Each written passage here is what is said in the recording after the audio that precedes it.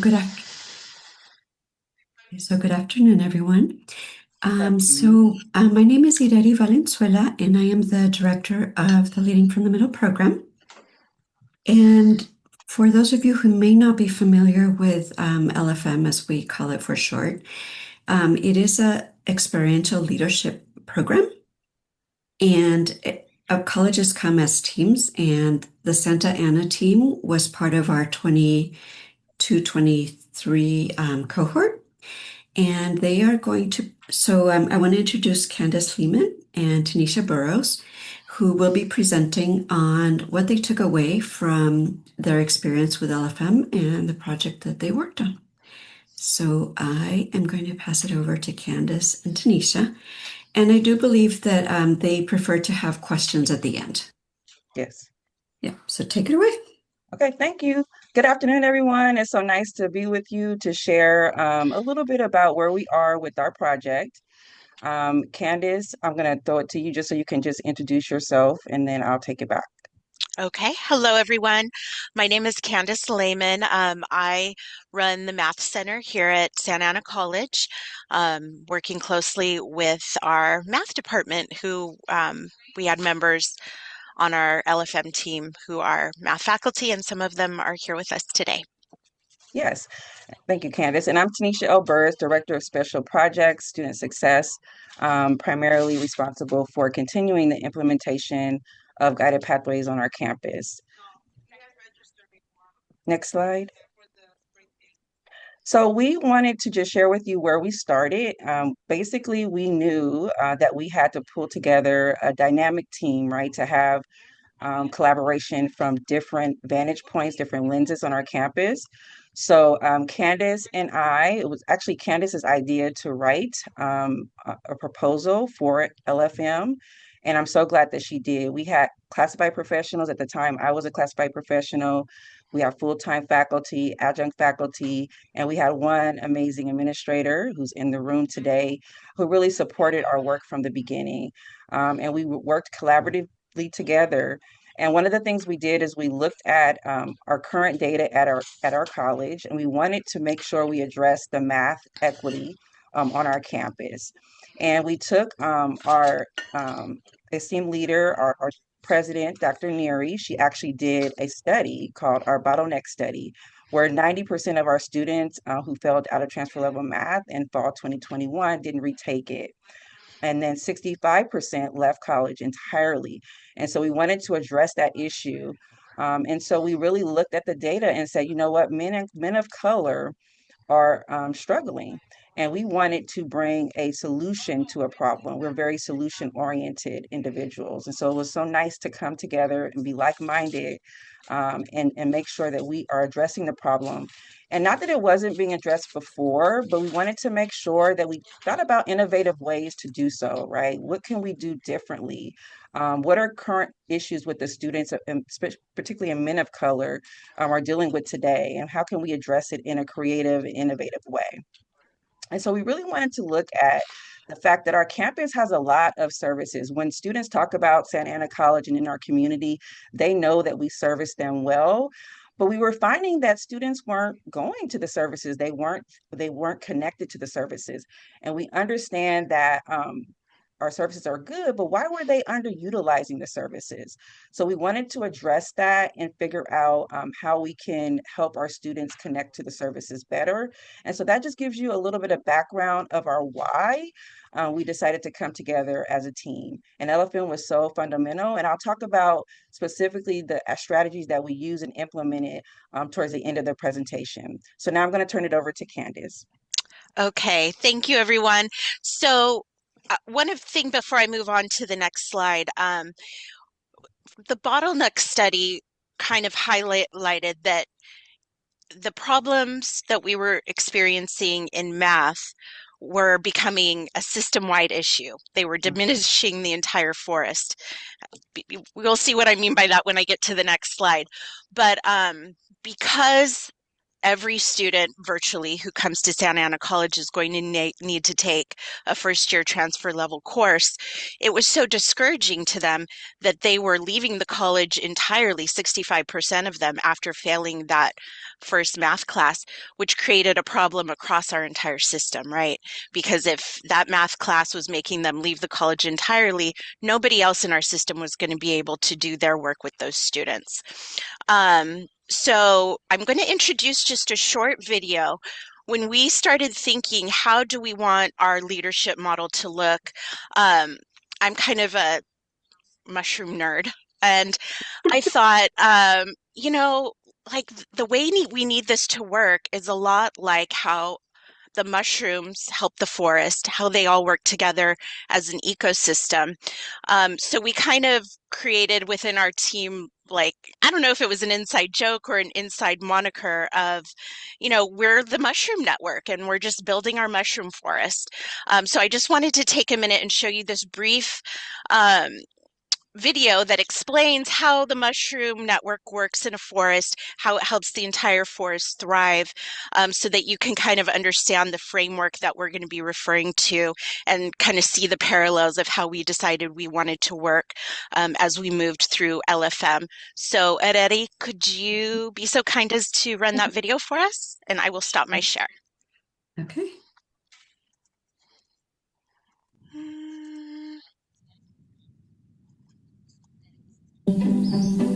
Trees may look like solitary individuals. Where do I stop the share? Tells a different story. Trees I are did? simply talking, Okay, trading, all right. waging war on one another.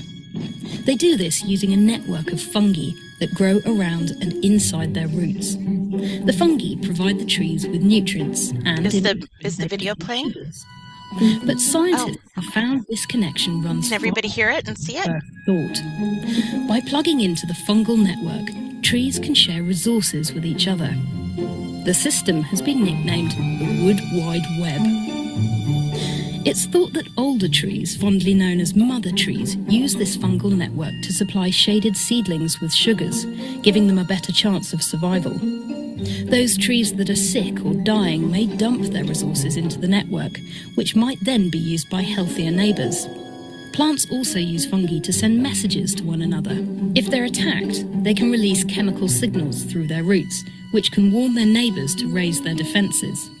But like our internet, the Wood Wide Web has its dark side too.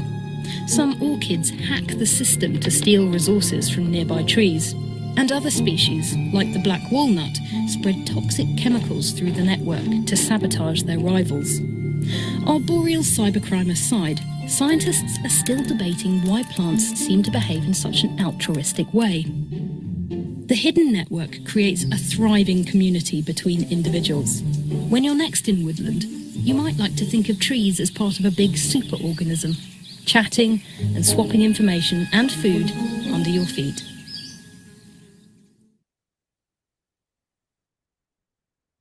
Okay. So I'm turning it back to you, Candace.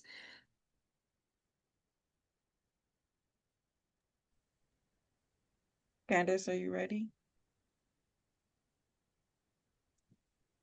Maybe she's having audio.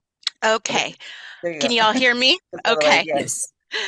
So, I'm sure as y'all were watching that video, you probably thought of some parallels in your own colleges between how different portions of the forest are functioning with one another and how that model might serve us. So from there, we moved into creating our own math equity ecosystem.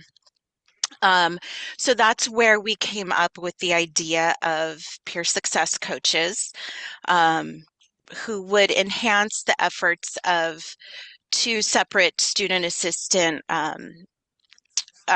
categories that we already had in place. So we already had our math center tutors. These are the tutors who work inside the math center. Students come to them and they, provide tutoring and one-on-one help with math, helping students understand concepts, solve problems, build study skills. And we work closely with them to make sure that they are trained to be nurturing and supportive, creating a safe, judgment-free space for learning. We have our embedded tutors who are in the classrooms providing support. They're supporting what the professor is doing in class. And then around the time we started LFM, we also had those embedded tutors starting to come into the math center as well and host study groups, even sort of like a similar to office hours type thing where students come in and they can ask questions. But what we didn't have was people who were addressing those fundamental things that students needed to connect not just to the Math Center, but to all resources on campus. So we knew that all of the resources on campus, not just the Math Center, were underutilized. So we have wonderful things like a health and wellness center, a basic needs center, affinity centers. The list goes on, but they're all underutilized. So the peer success coaches were envisioned to come in and connect those students to those centers, but also help these students who had kind of been outside of a social network through COVID and are really starving for community connection and looking for it on campus to help them connect to a social network in campus life on campus.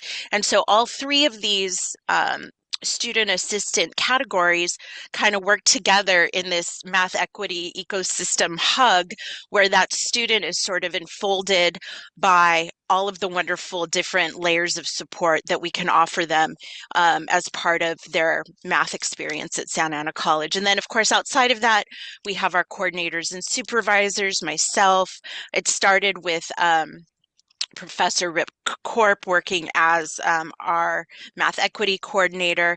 And then, of course, Tanisha got her team up and running to do something similar under Guided Pathways. So with that, I will hand it over to Tanisha to talk about her framework.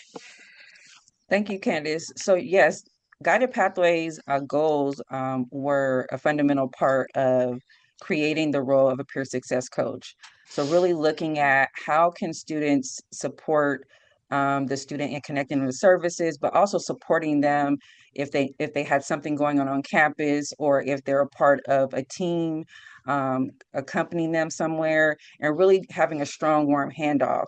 So in my area, which is a brand new area, I am the director, and then in my area, I have coordinators, CAP coordinators, because we have 8 different pathways at Santa Ana College. And so the CAP coordinators are those that are more advisors, dean and directors, and then success coaches that we do have as a part of this structure. They are classified professionals that really help out with early alert in our progress surveys to make sure that students get connected to services. But this last piece is what we're really here to talk about is the peer success coach model. Now, the math department got started a lot earlier than I did. I used the the last fall semester to recruit my students. I actually used federal work study students and then be able to train, and I started to train them. So it took me a whole semester to actually train them. I'm happy to report that now I have these CAP success coaches across campus. They go out and do what I like to call in-reach. So they do like informal surveys, they do checkpoints with students across campus in the main hubs like our Johnson Student Center, where we have a lot of students, a lot of study spaces, and then also in our Central Mall area. And so what I like to tell my students is their office is the campus. It's not being in a space and doing clerical work. It's really getting out there and connecting to their peers.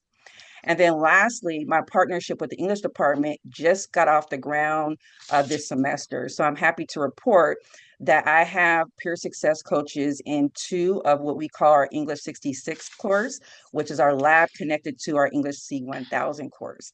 So I'm hoping that that partnership, and let me rephrase that, I know that that partnership will grow and we will be able to place more peer success coaches in the English department. Currently, they're providing presentations on motivation. They're providing presentation on how to be a successful student. Many of my success coaches go into the space and they talk about how they were successful. And they not just talk about their successes, they talk about how they struggled. They talked about how they utilized the services. And to see that peer-to-peer connection is really magical. They're able to really pull out of the student some information that maybe the faculty member has not been able to really retrieve. And so it is an asset to have them in that lab with them and connecting to them. And then in addition to that, they also support by walking them over to services, providing them a follow-up emails, and being able to build that relationship. And what I'm so excited about is that it literally was what we were all doing, sitting at that table at LFM convenings and just imagining what this will be. And so we're so excited that now we're not just in the math area, we're now branching out into the English department. Next slide. And so a part of this would be, and we're both going to, Candace and I are both going to speak to this slide, but what we wanted to do is we wanted to develop a mass, I think something's going on with the screen. Is it just me or no? If you could advance it, Candace, to, yeah, the training. What we wanted to do is create a massive training for our student assistants. Now we have a wonderful job placement department here at Santa Ana College, but we wanted to be able to bring everybody together. All of our tutors, all of our embedded tutors, our math tutors, our math tutors in the Math Center, as well as student assistants from other areas. And currently we are working with our Emoja program, which we call U2 Scholars. And they also send those students to our training. We have facilitators from the math department, also my area, me, and then the U2 Scholars Coordinator. We come together and we collaborate, and we actually, can you advance the slide? Yeah, go back one more. These are some of the topics that I wanted to share, that we actually talk about with the students. So we want to really make sure that they understand about growth mindset, for example. And we don't feel like we have to be the content experts. We do, again, collaborate with our community, with our forest. So we call on experts in the field, and then we bring them in, and then that builds better connections for our students. And one of the other advantages to them coming together and doing this training over a semester and over a year, we started in the fall, and now we have our spring semester going, is we're finding is they're making connections with each other, right? A math tutor is talking to one of my peer success coaches, and then they're actually collaborating or talking about effective practices that they actually do. Another thing we are really proud about is we empower these students to come and present.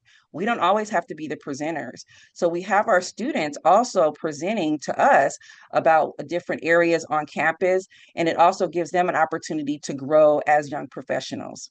Next slide.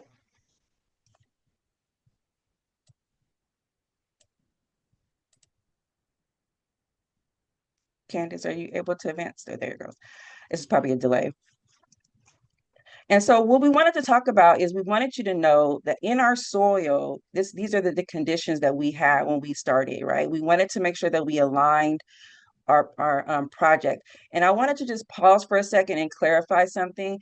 The Peer Success Coach motto actually was just one part of our project. So that's what we're primarily talking about today. But we had other aspects of our project that were successful and some that still need work. But we wanted to say that, can you go back one more? We wanted to say that we had good foundation, we had good soil, because on our campus, we looked at the student equity plan. We looked at the goal for that metric, which was the math and English completion. We know we had the AB 1705 regulations, and then also we got funding through that source. And then of course, guided pathways was also tied to funding, which is in my area as well. And so the healthy partnerships that we were able to develop are really key. And we've talked about that already. And one thing that I want to talk about too is the developing partnerships, which are amazing. So English department, we believe, will build out even more. And our MESA program also will be coming on board soon. Now, here are some of the challenges. Student assistant staffing for me was challenging only because I was focusing on using a federal work study. And that sometimes takes a while. So if you're planning on doing something like that, you just have to keep that in mind. And then identifying who can lead the work. So we were trying to figure out, once we got the project off the ground, who's going to be able to take it and take the baton and run with it. And so I was able to take a part of it, right? And then our math equity coordinator was able to take a part of it as well. So that we still consider that a little bit of a challenge. And then we also were looking at departments and programs who were interested, but they just didn't have the lack of coordination, support, and commitment to the program. So we weren't able to really get the momentum that we really wanted to have more people on board with the student assistant training. And then student support leaders who are not aligned with evolving what student support is on our campus, because we were trying to change the mindset from students having to come to us for the support, and really we wanted to be in the spaces where students were and then tell them about the services. So sometimes that can be challenging to get everybody on board, but I'm a firm believer in, once you get a group of like-minded people and the momentum starts, then more and more people will begin to see that and then come on board. So I would say utilize what you have, and we're able to do that very well. Next slide.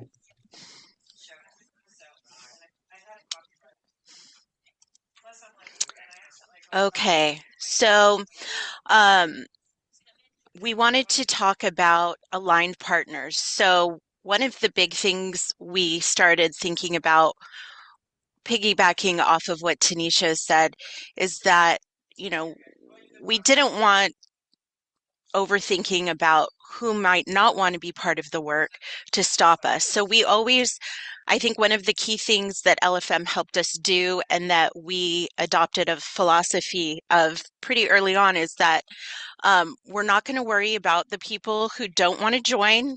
You know, the proof will be in the success. And we wanted to just try things and adapt as we went, which is hard to do, but I think has been one of our biggest strengths as a team. Um, you know, we would just say, let's do it and see if it sticks. And you know what? Some of what we did stuck, some of what we did was successful, and some wasn't. Early on, we we went for the peer success coaches, and that kind of gained traction really quickly. People seemed to realize early on that that was an idea that was going to be impactful and was going to get a lot of support on our campus. Of course, the embedded tutors, the student tutors in the centers, our front desk staff, and even instructional assistants from other departments became key players. Early on, we brought U2 scholars and Emoja into our training that we do campus wide, and they were a key ally. And so we developed a shared language and methods around student support. And this was important because our training topics are not content specific. They're all about, you know, how we support students, pedagogy, andragogy, and how, you know, we work with students to help them succeed. Any content specific training that, you know, U2 scholars or guided pathways or math needs to do is done outside of our shared cross-campus training. And this helped us connect roles that were previously siloed and help them work together with a shared purpose. And we see the fruits of this every day. For example, you know, we have students who found their community, who are, you know, math center tutors or embedded tutors, and have found more community through working with Umoja or working with some of our peer success coaches who are involved in the APITA Center. So we have tightened that network just by getting, you know, student staff and instructional assistants who are in different areas on the college. They're sort of touching students at different points during the day in different classes. And so there's a tight-laced network of professors who are involved in this work, our student assistants, our affinity centers, our guided pathways folks.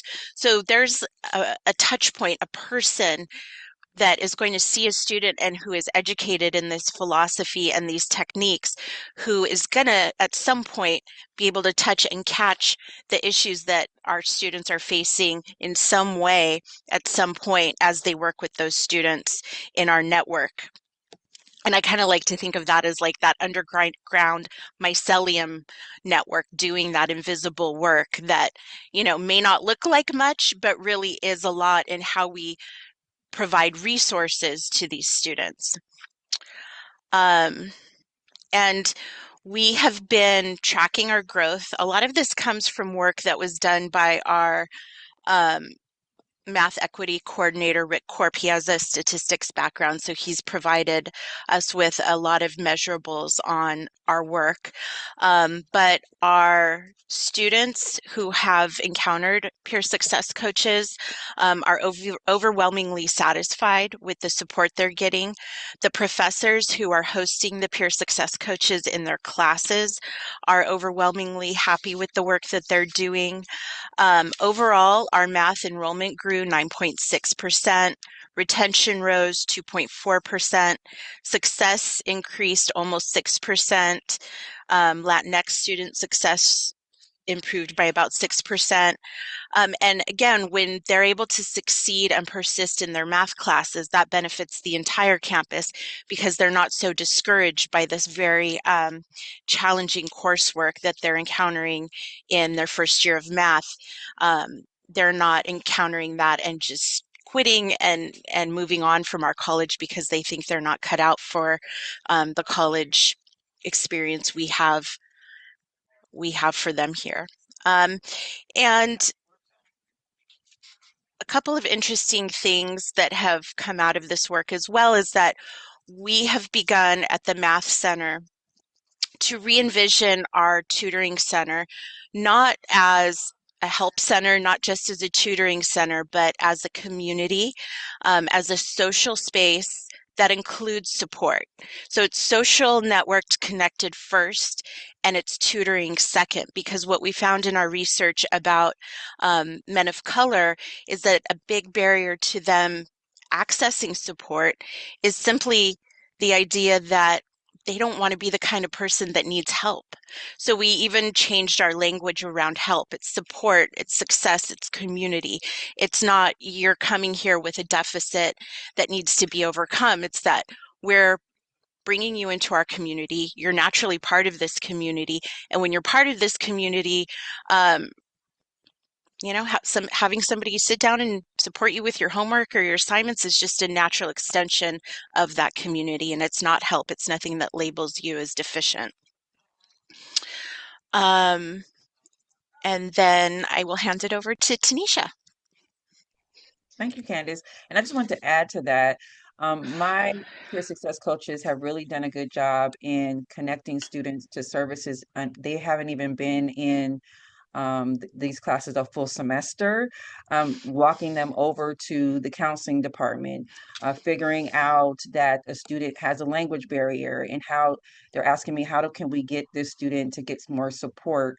They actually are currently working on a stress reliever event and making sure students have a safe place and a welcoming environment in the learning center where they can come and just relax and share just anything and make those connections. So we really do appreciate the LFM experience so much because it gave us that space as a team to come together. Some of us didn't even know each other that well. In particular, there's one person that didn't know me, I didn't know her, and we ended up really making a great connection. And I get to continue to work with her. And really, we wanted to make sure that we were soaking in all of the lessons and all of the strategies.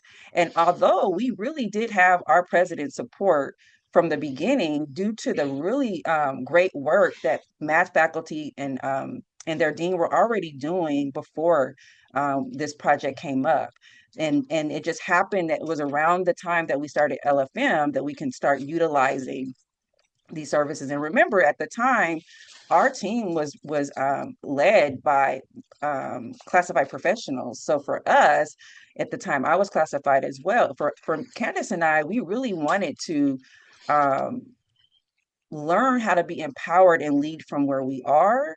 And she and I are both strong leaders in our own right, but we really wanted to build our skills and figure out how do we navigate this system. And it wasn't about titles. Once we got together, it was just about being together and really wanting to, like I said earlier, create innovative things or innovative strategies to help solve the problem.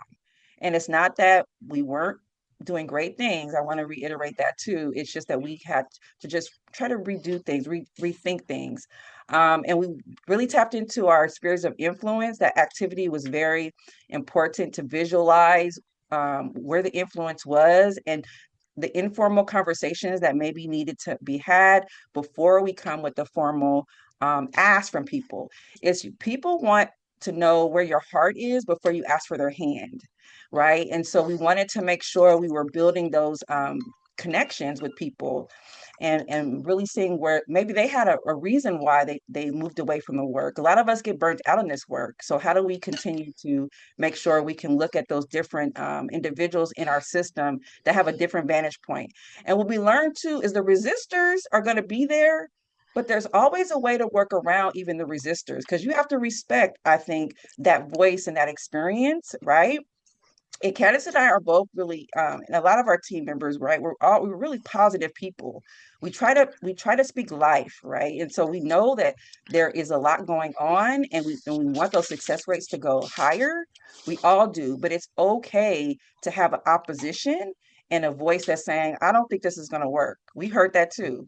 That's not going to work. I don't have capacity, right? And so, but that does not stop what our brilliance is and what we want to move forward, right? We want to make sure that we keep putting one foot in front of the other, even when it gets challenging. And so the whole forest idea is so amazing because it really shows that all of us in this system, all of your individuals on your campuses have an important job to do and they're vital, but we won't trying to make sure the connections that are there, right? And people are not siloed. And I want to hear about the stuff that worked, and I want to hear about the things that possibly can work. And so that these are the skills that LFM really helped us with, looking at our barriers. And I know for me, our student services department and division looked at that a lot. But we would talk about barriers all the time, but not really how we can check some of them off or revisit the barriers. Why are these barriers still persisting? So that really helped us. And then looking at the stakeholders mapping was key. And then leading without a formal authority. I cannot express that enough that people need to look at their own themselves as what influence do they have around their group and really helping for them to see themselves as a leader in their own right and not really be concerned about titles. And that's one of the key things that we really loved about the experience is how do we still get the work done. None of us needed a title to do that, right? We just wanted to know that we came with the same like-mindedness. And so our coach really helped us. Michael was great. He always was so enthusiastic.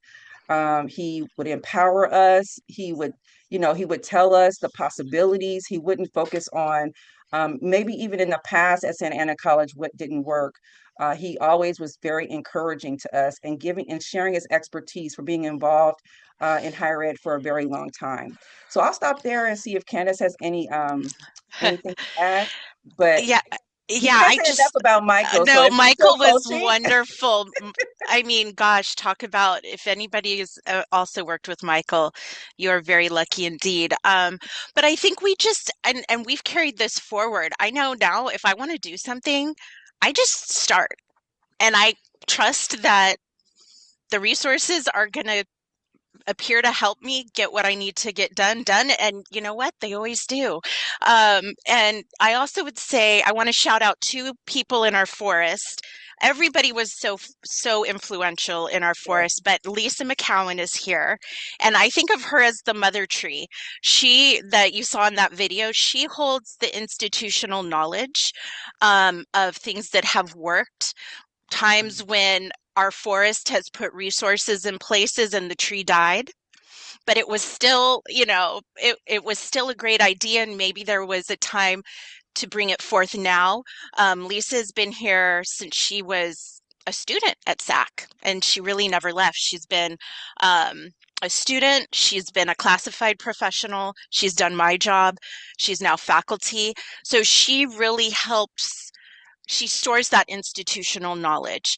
And we want to store that institutional knowledge going forward because there have been things that we tried as part of our LFM work that did not stick, the way the cross-campus training and the way that the peer success coaches has stuck. But you know what? Maybe the conditions just weren't right. Maybe the sunlight wasn't hitting the right space. And because we have that institutional knowledge, we can then bring it forth maybe when the time is better. I also want to shout out Dr. Edgahi. If there's anybody forming teams, if you can get a wonderful administrator who will act as a consultant, they know things that you don't know. They know pockets of money that you don't know and how to position yourself to access it. And so they can really provide a lot of guidance. Just because they have information, institutional knowledge that as a faculty or classified professional, you may not be aware of. And Dr. Edgahi was so key in helping us get started with the AB 1705 funding that was available, helping us coordinate Rick Corp, our math equity coordinator, and now Lisa McCowan, how we can, find funding for those things. So if you can get that person on your team, or if you're helping form teams on your campus, see if you can find somebody like that. Even if they can't make every meeting, Yes. if they can advise, it's very valuable. And of course, Marty was the one who came up very early. He said 6 factors of student success. If we link the work of our peer success coaches and our training to the 6 factors of student success, and always go back to that as our foundation for what's going to make the work that these student assistants do meaningful and aligned with a research-backed framework, we wouldn't have done that. And we're always going back to those 6 factors of student success as our core for everything we do. So yeah, it's just been such a privilege. I have never had a mentor in my life. I don't know. I think I've just come off as a know-it-all, and people are like, nobody, she doesn't need us. But through this process, I found 2 wonderful mentors, and it's been such a blessing for me. And I just want to thank LFM and all of the work you guys do. It's been really life-changing for me. So that concludes our presentation. We're going to move into questions or comments.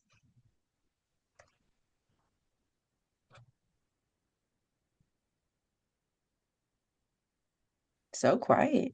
I would know, just like people to don't be say thank shy. you. Thank you so much for presenting this work.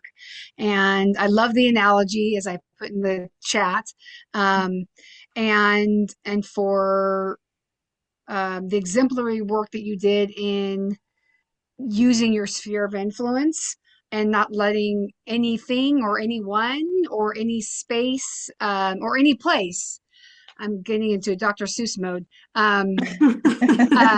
really affect your work, affect your movement forward, because that's really key. There's always going to be barriers. There's always going to be haters. There's always going to be naysayers, right? But both of you and your team like truly led the charge in having a really strong fungi forest. So I am very grateful for the work that you did and continue to do, because it's sustainable.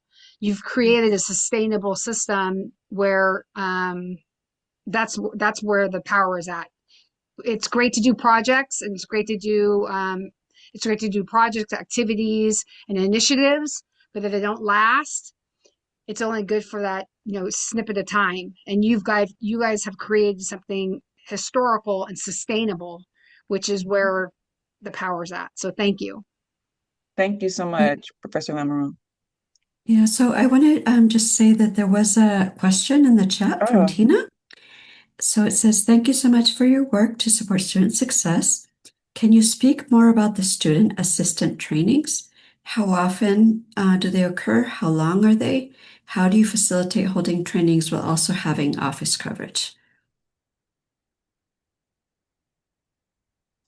I will speak to that. We do 6 trainings each semester. They're 2.5 hours each.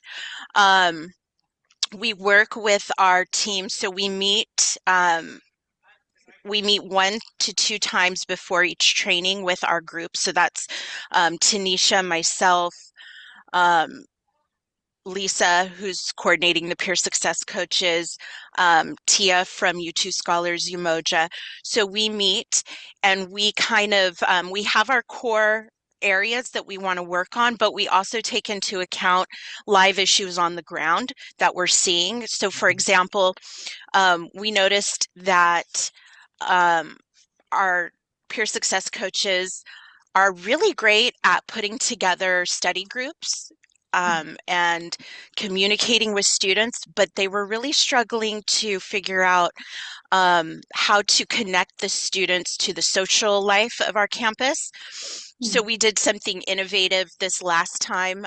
We had a training, which was we organized a trip to a SAC baseball game so that they could have a real life experience of taking taking, our group to a baseball game on campus, hoping that that would get their wheels turning about, okay, what types of student activities can I be bringing the students I work with here on campus to get them connected socially, to get them connected to campus life. And then not only did we go to the baseball game, but we also had guided reflections and discussions around what aha moments they had from being at that game, how they were able to connect with one another, how could they could then extend that to the students that they work with. So we have about 2 hours that we always devote to our topic of the week, which this time was connected, right? That was kind of the big focus. There were some other of the 6 factors of student success that we touched on as well, but connected was a big one. And then if we have office things that are happening in our areas, we devote as needed half an hour to, these are some issues that I need to address about what's happening in the Mass Center. Maybe Lisa needs to address some things. And then we also created a master calendar for students to be able to access, to have a comprehensive view of all of the activities on campus, whether that be arts, sports, our affinity centers. As far as office coverage goes, it ended up working out best that we do them mostly on Fridays as well as the week before school begins, because our centers tend to close down early on those days. So that's what worked for us. I mean, I think you really have to just get with your group and figure out what is going to work for you to find office coverage. That's going to look different, depending on the group. And it doesn't work for everybody. We have a lot of interest from our English department being part of these trainings with us. But it does not work for their instructional assistants. So we're still trying to figure out how we're going to make it work for them. Um, Can I add something too, Candace? mhm. Our dream is to really move this to modules like in Canvas and really be able to have in person and then also modules where students can participate and learn, and then even eventually perhaps get trained badges, like the merit badges as they move through the different modules. So that's more of like a long-term goal, but I do agree it just depends on your campus. And one thing that sometimes we get hung up on is 100% attendance. 100, yes, you want majority of your students to do this, but oftentimes what I do is I empower my peer success coaches too to update the team on what we learned, recap. And when you're hiring your student assistants, was helped me too, is letting them know that this is kind of a mandatory training. And I learned that from the peer success coach, not peer success coaches over at Pasadena College, City College, when I was consulting with them. They said when they bring on those success coaches on their teams, they have those trainings that are mandatory that need to be a part of their schedule. And Candace and I are like, hey, if you don't have a class, you need to be in the training. So sometimes it's about like building in that expectation from the beginning. And once they see like the empowerment that happens, it's like a light bulb goes off. It's so exciting once they see the benefit of the training and then they go out and practice it. That builds more buy-in for our students too. So I think what do we do? Four a semester, Candice? Four sessions a semester? Six, Six. six. And I also wanted to add, we're really going into our fun era. We've decided that, these students need to see how to show their students fun on campus because, think about it. You come to campus and, you had your network that maybe you grew up with at your high school, and you come here and you're lonely and you don't, our COVID babies, they don't always know how to connect, so Mhm. we've had to go back and teach them that and teach them this is what, having fun at your school looks like. And we always teach them a lot about getting to know each other because that's how we Mhm. tighten the network, right? So I always tell um, our peer success coaches and our tutors, like, it's never a waste of time to get to know each other. It's never a waste of time to get to know the students that you work with. If you want to spend 5, 10 minutes talking to them about their day in obviously a professionally appropriate way, that's only going to build what you can do with them academically and how they connect and Mhm. succeed in this life. So we're also bringing in that warm, nurturing That's hug good. with our students and really showing them a lot of care in ways I didn't even imagine. Like I was talking to a colleague the other day. I'm leading a Muslim henna event Yeah. that was inspired by our some of our student assistants who were celebrating Ramadan, and I wanted to envelop them in this warm hug because they don't always get that here on this campus. That population is a little bit newer to Santa Ana College. So just finding ways to just make everybody feel nurtured, supported, and like they're having a good time here. And that sounds counterintuitive. Everything has to be so serious, but it really, really, truly, when you do it in a professional, campus appropriate way, it enhances everything. Very good point. Any other Any questions? other questions?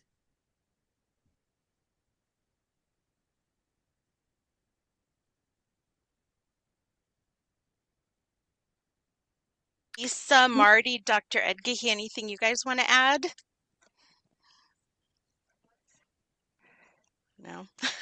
I think what you and Tanisha and Lisa and Marty and everyone has done will bear fruit for years to come. So it's I think with the peer success coaches and embedded tutors combined and all the training that you've been doing, this will have impact beyond what we can see today. So I've always been very happy to have been a part of it. Thank Thank you. you. And Dr. Wow. Romero, Marty is here. I know he's here. I just think I looked. But I I'm also wanted here. to acknowledge he was one of our content experts in our training. Mhm. Remember, I talked about like you don't have to present everything. You could, utilize your resources. So, Dr. Romero? No, I mean you guys hit it all. This was perfect. I mean this presentation hit I think every aspect of it. I mean every little component. And hopefully it was heard on the other side, but I heard every important component to get us to this point, this space, and it's in what's most important is going to be a jumping off point for even more great things that we're going to do. There's a foundation here. Everything you talked about was perfect. The frameworks, the key people, making sure that I think it's again how you bring this group together and how we came together.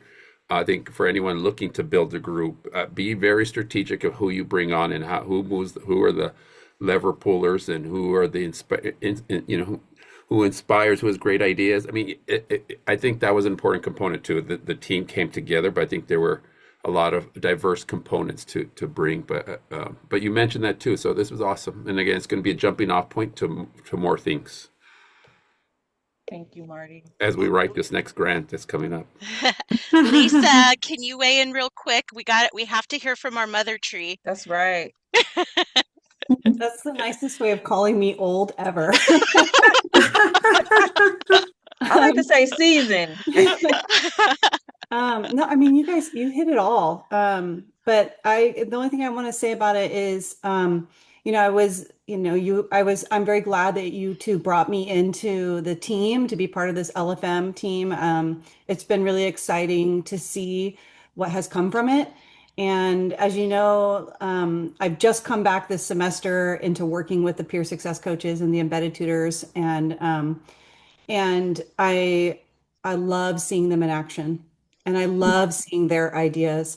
And that's been the best part of doing the training with them for me so far this semester is, we come up with these ideas on what we want them to learn and get out of these things.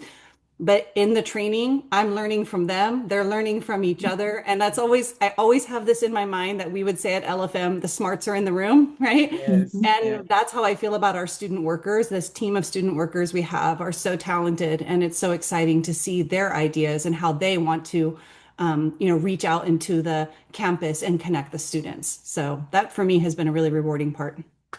Mhm. That's great. Thank you, Lisa. Thank you.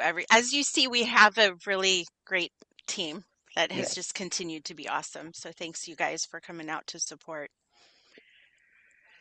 Yeah, well, thank you so much for agreeing to share what you've learned and, the successes and the things that didn't go so well, but, that's part of the process. Mhm. And I just love this team, and their coach is amazing. And thank you so much. And yeah, if anybody has any questions, please reach out to Candace or Tanisha or myself at the RP group. And I hope everyone has a great afternoon. Thank you so much. We got you Thank out early. Bye, guys. Have Thank a you good for the afternoon. opportunity. Bye. Bye, everybody.